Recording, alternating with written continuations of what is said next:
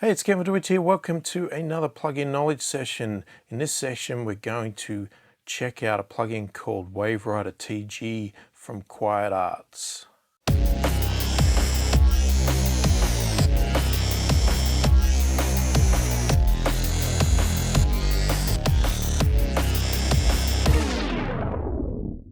So first off, if you're new to my channel and new to my videos and you like what you see, click the thumbs up, subscribe to the channel, click the notification bell to be notified of all my future videos as they come out. So WaveRider Tg, when I recorded the video, it just came out. It's been out a little while now because there's been a bit of a delay in me actually doing this video, but it's a tool that I've been waiting for a long time. In the old days, when I was using Pro Tools, I used WaveRider, so Quiet Arts' WaveRider, their full product, which only was on Pro Tools. You could not get it in a VST form. And it does sort of what WaveRider Tg does, but a lot more advanced. So it's basically a volume writer more specifically designed for vocals, but you can use it on other things.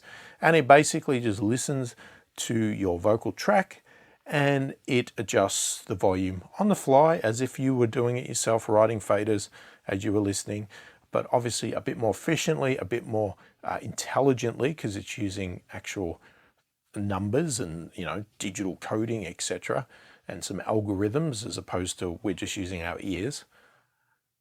And it was a great tool. So you did that, it wrote to your automation track, and then you could remove the plugin because of the way it worked with Pro Tools. It was a little complicated setting it up because of the way it actually talked. But then when I moved from Pro Tools to Cubase, I lost access to that because it was only supported on Pro Tools. There was no VST format for it. So for a long time, I haven't had access to it, and I've just went back to the manual method of volume writing by hand. So when I heard that this product was being released, I was really keen to check it out, and I did check it out, and I have since purchased the product. This is not as advanced as their full WaveRider product, but I can see that this is basically the first step into the door, and they're going to add new features. I've already recommended some features to them, and I will talk about them at the end of the video after you've been shown around the video itself, and we will go through the process, and I will just show you how it works, what it does, and what results you get from it, and I'll give you my opinion of it at the end of the video. So let's get into it and check it out. All right, so I've got a plugin demonstration project here with various samples and things like that. What we're going to start off with is a vocal track here, voiceover. It's just something I recorded myself just a few minutes ago, and I'm hoping that it's going to allow me to show how the plugin sort of functions and works and what it does, and then we'll try it on a few other things and do some other examples as well. So first off, let's just get the plugin loaded. All right, so this is what the plugin looks like. A very simple layout. Should be fairly easy to work out how to use. You do need to sort of have a look in the manual a little bit because some of it is a little bit not 100% clear. But the default state that it comes up in like this is quite satisfactory. We've got a big target control here, which you may think that you actually control, but you actually don't do anything with it. This is more categorizing where you think you're trying to target towards, okay? And that's what the TG stands for, target. So what we can change is these arrows here, and this is sort of the soft range. So the closer we get this soft range ratio to the target, the more it's going to bring up the level of the quiet parts. So it's going to make those louder. The more further away, the more it will just ignore them and leave them at low parts. So it's sort of between these two controls, you're controlling the dynamic range, the difference between the lows and the highs of the signal. So if we pull it, as I said, closer to the target, we're going to then say that we want it to raise the low parts up louder.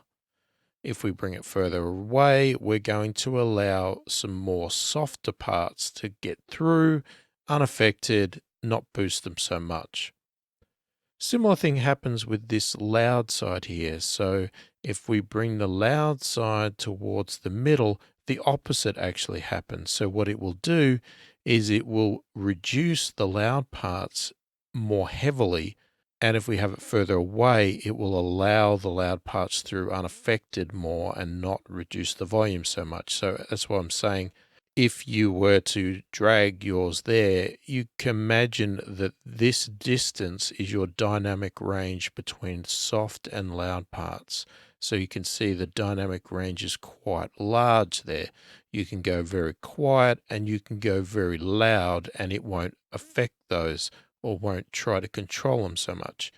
If I bring both of these right into the target, this now is our dynamic range, which means our low parts are going to be pushed up to this point and our loud parts are going to be pulled down to this point. So we're going to be really strict on the level of our audio signal. And what that target is this value over here, which is this minus 20. So we can adjust that with this particular point here, and it's categorized as threshold here, but the blue is setting our target value, and that becomes this blue dot. So that's the reason for these arrows being potentially where they are. The closer they are to this dot means that we want all of our quiet parts to be very close to our target value, and we want our loud parts to also be very close to this target. So we can adjust that to whatever level we want. And then we have a silence part. Okay, so we can set a sort of, as it says, threshold. Okay, so we can set a level of where we want the plugin to determine that that is silence and do not do anything with it. So if we were to bring it down really low, then what might happen is that it might start to bring up the volume of background noise, breaths, whatever's happening in the background that you don't want to. So if you want to exclude that, and you know that a real value of, say, the voiceover is always above minus 30, then you could set it to minus 30. And then what it will do is anytime the signal goes below minus 30, it will just stop functioning. It won't do any volume writing. It won't do anything like that. Soon as the signal goes above minus 30, then it will kick in and start to determine whether it needs to push it up, depending on these values here, or obviously if it goes above our target, whether it needs to pull it down. We also then have a trim control here, which is just to increase or decrease the input volume of our original signal. So if it's too low and we're not getting the response we need, we can obviously just increase the volume. So that's all going to happen before it even looks at it. Or if it's a bit too loud and it's hard to get this to respond because it's triggering all the time, we could reduce this down.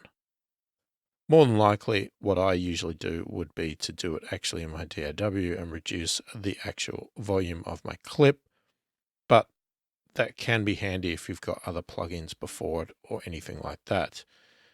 Then we've got an automation section here, which I'll go through when we actually get to that point. Okay, so if I bypass our plugin here, I'm going to play the vocal so you can hear what we are talking about. So this is a sample voiceover recording that allows me to test plugins and demonstrate their uses and functions on this voiceover. So I'm going to speak loudly in certain parts, and then I'm going to drop my voice slowly in certain. So you can see there what I'm trying to do there. So now what we do is we activate the plugin. So we've loaded it onto the track here. And if I was to play the vocal again, we should start to see potentially something, and we'll make some adjustments.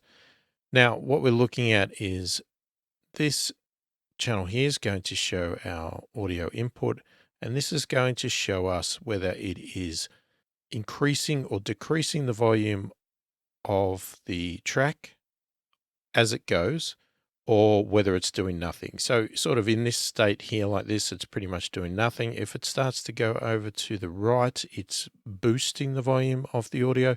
If it goes to the left, it's reducing the volume of the audio. So we should see it move if we set our values right. So this is a sample voiceover recording that allows me to test plugins and demonstrate their uses and functions. So at the moment it's boosting all the time, and that could be because this is quite low. So again, what we could do, so I could adjust my value if I didn't want it to be that loud. So if I wanted it to be quite soft. So this is a sample voiceover recording that allows me to now you'll see it's test pulling down plugins and demonstrate their uses and functions on this voiceover. So I'm going to speak loudly in certain parts, and then I'm going to drop my voice slowly in certain parts.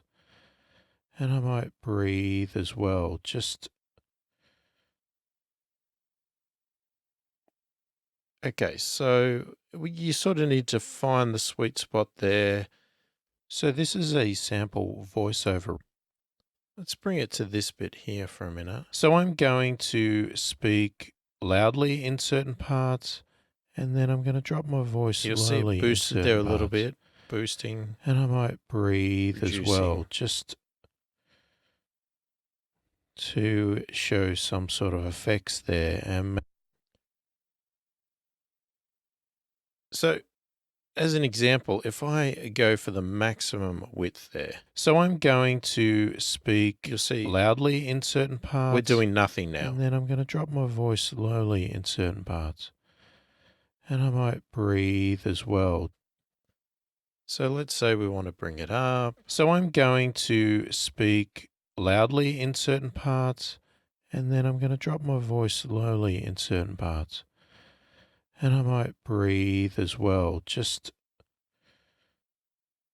to, so I'm going to, and you'll see in this case, we're doing some boosting because I've brought that soft part right up to the target, but we're not doing any reduction of the loud parts because I've got the range set up here. Now, if I'm going to speak loudly in certain parts, and then I'm going to drop my voice slowly in certain parts. And I might breathe as well, just to show some sort of effects there, and maybe just a bit of a lip smack there as well, and some breathing noises. It's all going to depend on what plugin. So you can see now when I bring the two arrows together, we're being a lot more stricter with this target range, and we're trying to control it a lot more. So I'm going to speak loudly in certain parts, boosting, and then I'm going to drop my voice slowly in certain parts. And I might breathe as well, just. Now if we bring our silence down. So I'm going to speak loudly in certain parts, and then I'm going to drop my voice slowly in certain parts. And I might breathe. So you'll see how much that boosted that breath there. So if we move that down, and we'll see certain parts. And I might breathe as well, just to certain parts. And I might breathe. Now, if I was to bring the volume of this up quite drastically, so let's say we want to target a -18 value, certain parts, and I might breathe as well, just certain parts, and yeah, you can see how loud that breathing becomes. Now, if I bring this up a bit, we get it to a point where, say, the breaths are excluded, but the vocals aren't. Certain parts. And certain parts. And because you can see the value there of the breathing, so we need to get it above the breathing. So let's just go right up here. Certain parts. And I might breathe. So now you'll see it didn't boost the breaths at all. Certain parts. And I might breathe as well, just to show some sort of effects there. And now it's not reducing the volume of the breaths, it's just actually excluding them. So it means it won't do any boosting on them because I've brought that threshold up loud enough to exclude those breaths. Certain parts. And I might breathe as well. And obviously if I go back down again, certain parts. And you can hear that breath is now boosted again. So this is a sort of more extreme sort of value on this, but you can see the importance of this silence here to what impact you want it to have on your actual vocal track. So the general way you're going to work is that I would say, as I've done here, I'm going to play along with my example or the track that I'm trying to work on. And I'm going to start to tweak this to get the values right without having anything locked in, right? I'm just playing with it, getting it to where I want it. You know, I'm going to say, okay, that's a bit too loud. I'm not sure where I want the volume of this, but let's just say certain parts. I'm going to speak loudly in certain parts, and then I'm going to drop my voice slowly. Maybe we'll bring this back down a little bit. I'm going to speak loudly in certain parts, and then I'm going to drop my voice slowly in certain parts. And I might breathe as well, just to show some sort of effects there, and maybe. Okay, and then once you've sort of determined your correct value, now what you want to do is, I mean, you could leave this to run live all of the time, but it could have a bit of an impact on your system trying to do its calculations over and over again. So if you want some consistency with what it does and lock it in, then the next step would be to start to do some automation.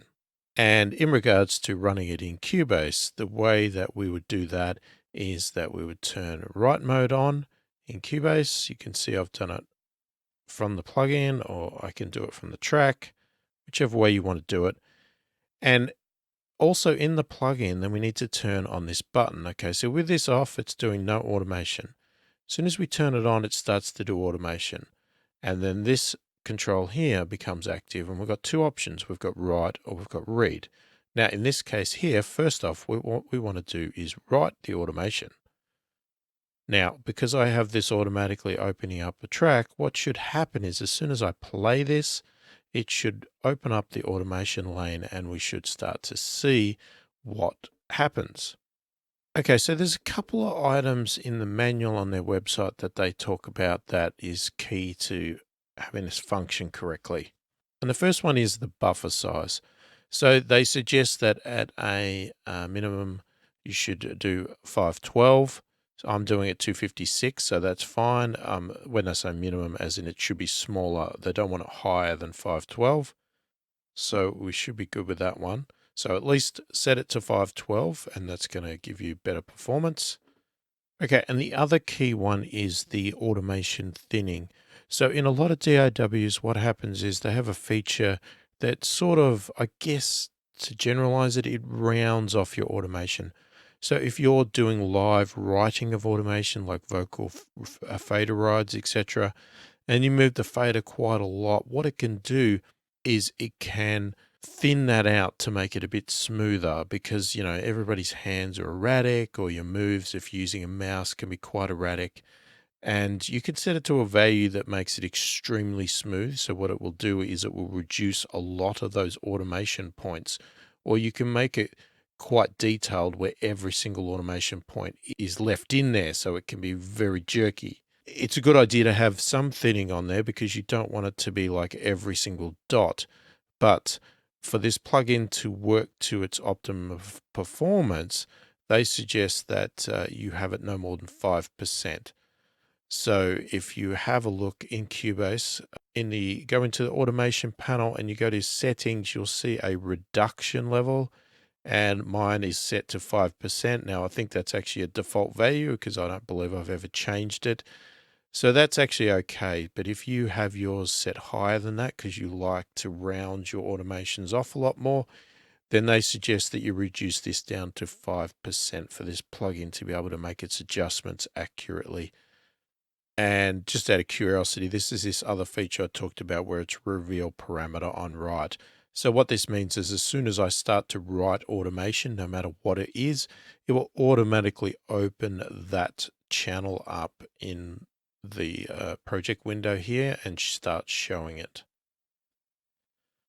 Okay, so we've got it on write. Okay, we don't actually need to do anything other than to turn this on, turn it on write, turn your DAW on write, and then hit the play button. This will start writing what it actually is calculating and doing live. So this is a sample voiceover recording that allows me to the window opened test here. plugins and demonstrate their uses and functions on this voiceover. So I'm going to speak loudly in certain parts, and then I'm going to drop my voice slowly in certain parts. And I might breathe as well, just to show some sort of effects there. And maybe, so if we stop the recording there, you'll see all the automation points that have been written here up to this point. Now I can obviously expand this. And the good thing about this is we could actually start to make some adjustments if we wanted to. So if we didn't like some of the things it did, or we think it made a mistake, we can obviously come in, highlight, remove some points, or I could adjust the volume, dropping it down or bringing it up, whatever you want. But that's what it thinks it needs to do. Now, once you've written it, now the next step is to put this into read mode and put your DAW into read mode as well instead of write. And then what should happen is that this plugin should now respond to the automation and not do its calculations on the fly.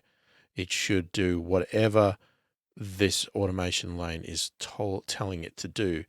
And you'll see that this is the WaveRider Tg volume automation. Okay, so it's not affecting your fader in your DAW, which I'll show you in a minute. So if we play this now. So this is a sample voiceover recording that allows me to test plugins and demonstrate their uses and functions. Now, here's the thing. I don't know if this is a bug or not, but what I can't tell is if this is actually working. It's not showing it doing anything. And to be honest with you, when I was listening to it there, it didn't quite sound like it was doing anything. So I'm not sure if this is a bug specifically to Cubase or exactly what this is, but it doesn't seem like it's actually doing anything. And it should. I've got it in read mode. I've got automation turned on. I've got automation in read on here. So the DAW is reading this value and should be pushing it to this plugin.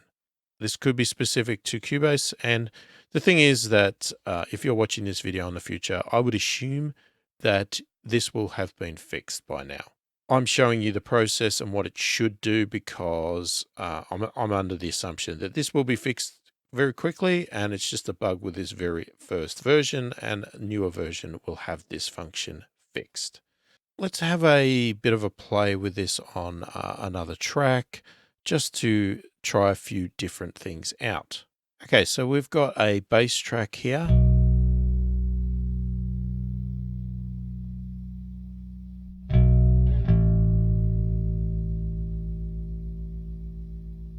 And obviously there it's playing long sustaining notes.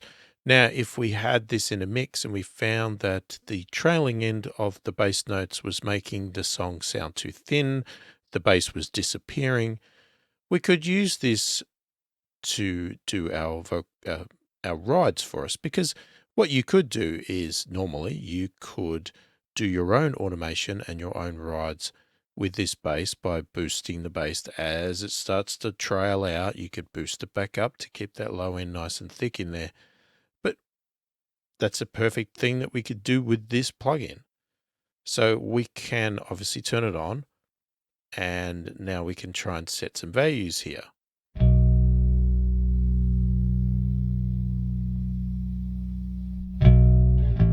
Now, even default straight out of the gate there, you can see I've got a -20 value. It doesn't do anything on the initial hit, but then starts to boost the end notes. So if we bypass,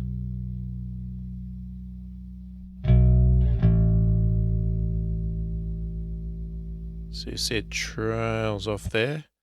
Turn it on.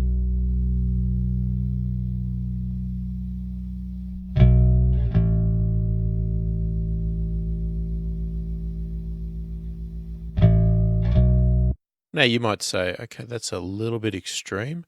So maybe we bring this down a bit. We'll see what happens.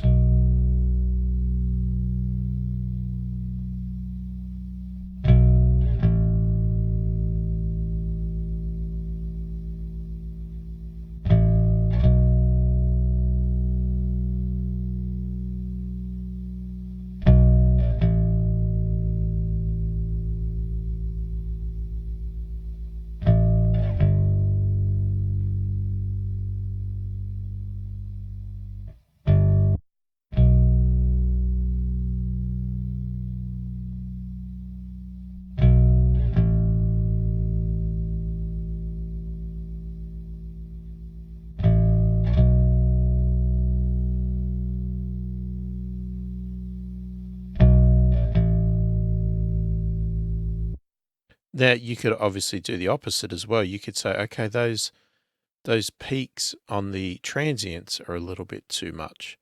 So let's say we bring this target down of our loud parts.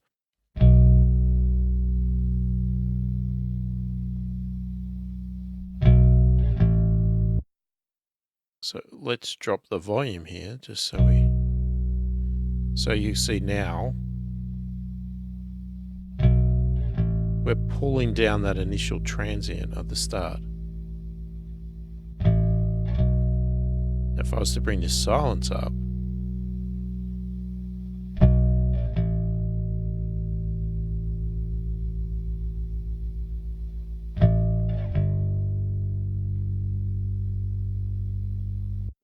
now we're starting to really get a flat bass,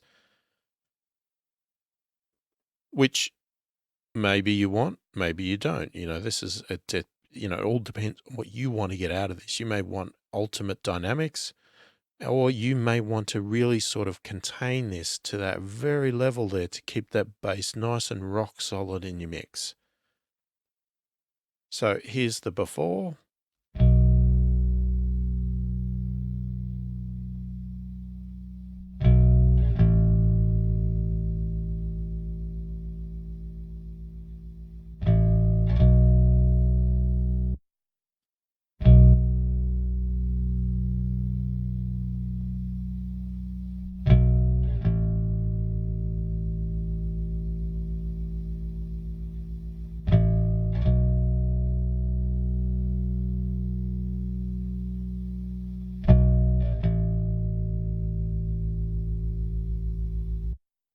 So the only thing with that is it seems to be working quite effectively. And if it was in the mix, you probably wouldn't notice so much. The only thing that I'm hearing, having it in isolation like this, you do hear a little bit of jerkiness with it and a little bit of jumping. It seems to boost quite a lot in instant moves instead of a nice smooth transition. Now, I know this is a cut down version. I used to use their main WaveRider product when I was in Pro Tools because it's an AAX only, and it has a lot more features in it where you can control how fast it responds, whether it's slow, fast, does it ramp up? There's a few other features that is not in this product, and it would be really great if they added it to this product. But I guess this is their first attempt at running this on multiple DAWs using VSTs and AAX and everything else. So it's a great first start, but there's a few features in their other full product, which is only AAX, that would be nice to have in here. They give you a lot more control around that, because you do sort of hear the bass there sort of being reduced quite severely at a point, and then it also sort of jumps up when it boosts a little bit. It's not quite a smooth transition up. But obviously you could tweak that by writing the automation and then adjusting those values. So you could make it less jumpy and actually smooth it out a bit as well if you wanted to. Now, there's a couple of other tactics you could use with this, because let's say, for instance, with this bass guitar here, you may normally have, say, some sort of compressor on here. So let's go with an 1176, for instance. So let's just bypass this plugin for a minute, and let's just dial in some compression. Let's make it work fairly fast. We'll let go fast. Go a bit heavier.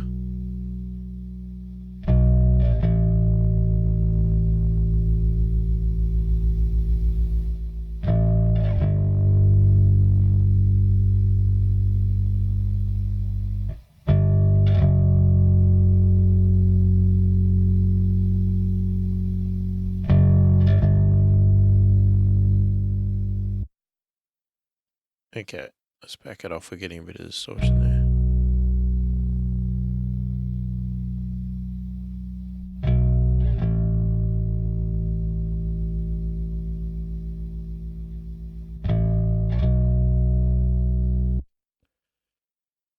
Okay, so let's say we've got a compressor on this bass. That's how we first started, and we like having a compressor on. And we've got this result here.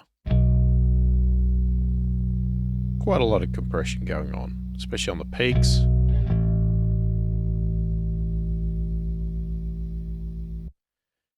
We have a couple of options when it comes to this WaveRider plugin if we want to use it in combination with it. We could put it either before the compressor or we could put it after the compressor. So let's say, for instance, let's put it after the compressor.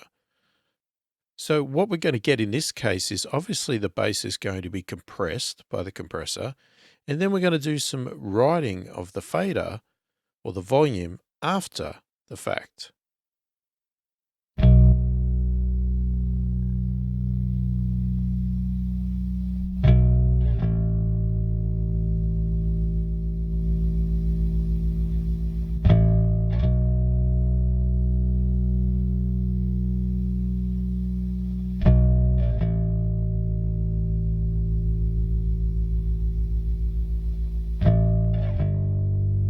So we're getting a little bit of reduction on the peak, still a fair bit on the low end.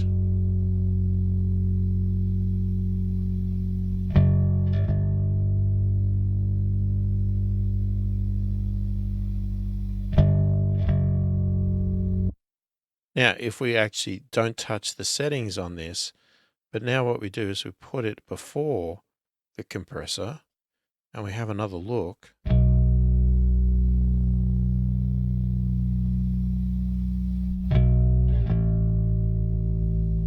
Getting a bit more movement in there and a bit more on the low end as well, on the boosting.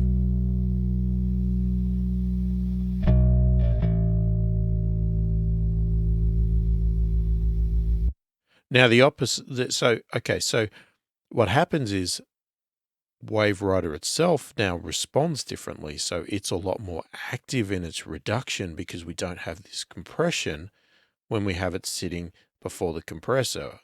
Okay, if we put it after, it does a little bit, but it's not doing as much of the work. whether that's a concern or not, that's up to you. But the point of this is not necessarily about that. But let's now watch the compressor itself. And if we see how the compressor responds, so now we've got WaveRider after the compressor.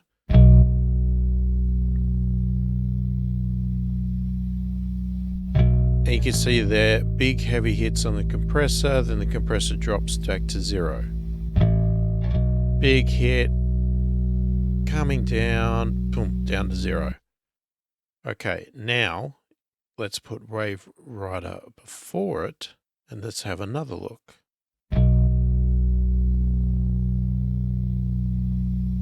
Okay, we almost didn't go to 0 there. We're sitting pretty steady with the compressor. It's staying up here at this level. So one advantage to putting WaveRider before a compressor is that you start to get less work done by the compressor. So you could actually back this off and get the compressor to do less, get a bit cleaner, a bit nicer, but it's also getting more of a stable signal. It's getting a more even signal so that it can compress more evenly across the board. You know, the compressor's not doing so much of the heavy lifting. And again, all depends on the sound you're going for. If you want your compressor to do less of the heavy lifting and just be there to add a bit of texture, do a little bit of extra control, but add more characteristic of itself, then having WaveRider before it may be the right approach. But if you want some drastic compression in your signal, then it might be the opposite way around. You put your compressor first, then put WaveRider after it just to make sure the levels are good, but your compressor's the one's doing all of the hard work. So there's a couple of options there in your placement of WaveRider, and neither one's right. It's just what you're going for. And look, there's many ways that you could use WaveRider in placements on your tracks. Okay, WaveRider could be used on any number of instruments to what you want to control, because it really is just like you moving a fader up and down. Okay, so whatever you feel that volume automation could be done, that's where WaveRider can help. And I've shown you on individual tracks here, but just to give you an idea, I haven't got an example to show you, but just so you're aware, you could have a BGV bus, right? So you could have 6 BGVs all meshing together, and you could put WaveRider on the bus instead of on the individual BGVs, and you're actually increasing and decreasing the volume of the entire set of BGVs, right? You could do that on the bus level. There's no reason why you couldn't, because it doesn't really care what the signal is. It's just going by what the volume is and working out your target value and trying to get them there. So if you want to be able to get your BGVs sitting at a nice level and consistently staying at that level so you can hear them, then you could set this to a really tight value, really strict it up, and have it lock that in. Now, one thing you need to be aware of with WaveRider and the way it operates is that you may have multiple vocal tracks, BGV tracks, bass tracks, whatever you're controlling. So you could end up with lots of instances of this plugin loaded across your session.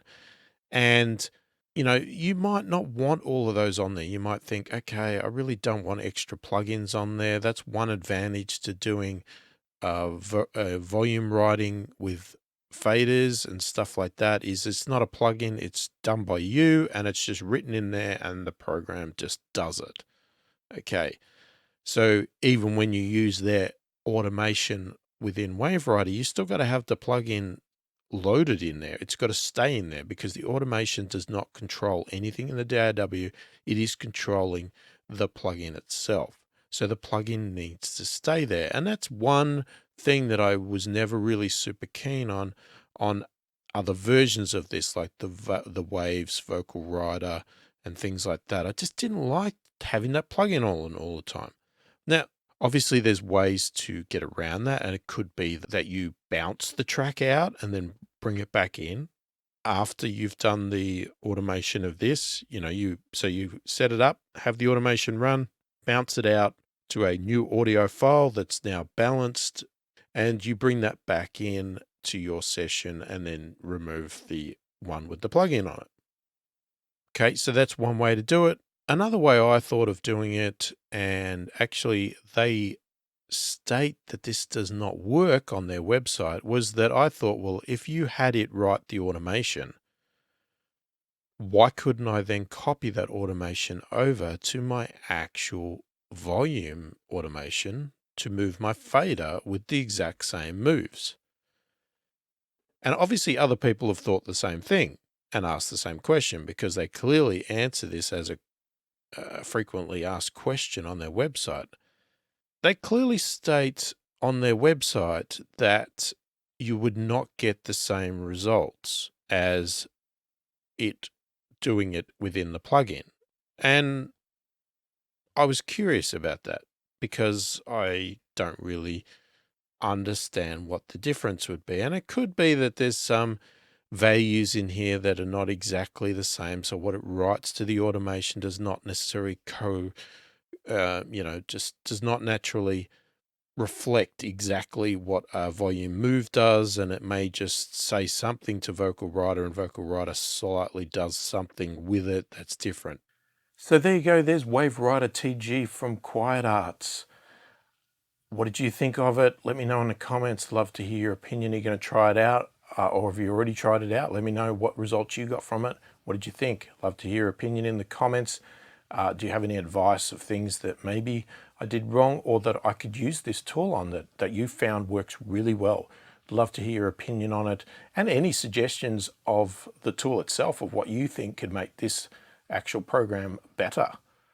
Now, as I hinted at the start of the video, I like the tool. I used to like the tool when I used the proper one, the full version in Pro Tools. So I was really looking forward to this, and I was not totally disappointed with this. And I have purchased it at the discounted price that they were running with when they first came out with it. So I will be using it going forward as much as I can. Now, I did show in the video that I had a bit of an issue with automation in Cubase. That has been fixed. I can confirm that the new version they have out now does not have that problem. The automation works perfectly well in Cubase, and I figured it would. It was, I was trying this at first release. There was obviously a little bit of a bug, and I knew they would fix it straight away because my past experiences with them was that they were very good at providing support for their products, and they really want their products to work well. So I thought it did a good job at leveling. There's obviously you need to get used to the plugin, and you need to adjust the settings, like the silence settings and things like that can be very helpful for getting it right and getting your levels right and getting rid of some things. There's some little things that I'm not super impressed with that it does, but I can fix these manually myself. There seems to be a tendency that it always spikes up with the automation at the start of an audio file, especially if it's coming from dead silence to just bring in the audio in. It usually jumps up, and I just find that annoying, whether it actually makes a audible difference or not, or whether it's just visual. My OCD kicks in. So I generally was going in and actually changing the automation points to bring those little spikes down all the time. I think the full version, you could fix that by, you could set some release and attack times to sort of delay how it came in, create some more smoothness to how it sort of ramped up and kicked in. But this is going back to my memory from a while. So obviously this one doesn't have those sort of features at the moment, but they may in the future. But the tiny little thing that you can obviously get around. That's the beauty of this plugin, is because it writes to the automation and then you can play back the automation. You can obviously modify that automation manually by hand to get around any of the issues that maybe it missed or it just did the wrong thing. You can manually adjust that, which is good. You want to try and avoid as much of that as possible, because otherwise you may as well have done it yourself. But the ability to fix a few things is good. I thought the tool was easy to use. The layout was nice. As I said, there could be a few extra features as we go along. I did suggest to them one feature, and they were going to possibly look at it for the future. I hope they really do. And that feature is, as I indicated earlier on, when Pro Tools, because of the way it was structured, it actually wrote the automation to the faders and you could remove the plugin. I sort of want that ability with this one. If I happen to have quite a few vocal tracks and, or some bass tracks or something that I'm using this on, and I have this plugin, I just think even with it reading the automation, the plugin on every one of those tracks to me would be a little bit over the top, and I would love the ability to remove it. So I did suggest to them the ability to be able to copy the automation that's been written to the plugin track and move it to your actual fader automation track. Now, at the moment, they state it doesn't support it and the values will be different, and I can sort of confirm that that is true. But the issue with that is, and the reason that is because the range of the fader in different DAW software is different. So that means that they can't guarantee that the range that they've done their automation on the plugin will match the fader. So I obviously suggested that could they have some settings in the program that you can change to set the range so that then it matches your software. They said they would look at it and we'll see what happens. But if they could do that, it would be great. So if they could introduce some settings that allowed you to determine what the range is for your fader in your program, and then when it wrote the automation, you could highlight all that automation and just copy, paste it to your fader automation, then you could remove the plugin. And bang, you've got your volume automation. So that's what I would like to see added. That's probably the #1 feature I'd like to be added. And probably as I indicated, the other features to be added is some sort of more little tiny tweaks that you can make to control how fast or how slow it responds and that sort of stuff. Just a few little tweaks here and there. But overall, I think it's pretty good and it does what I want it to do. So if you liked the video and you got something out of it, click the thumbs up, subscribe to the channel, click the notification bell to be notified of all of my future videos as they come out. I really appreciate the support. All your support really helps me out. So I really do appreciate it. And I thank everybody that supports me. Hopefully you've got something out of this and it's been helpful. I thank you for watching and I will catch you in the next one.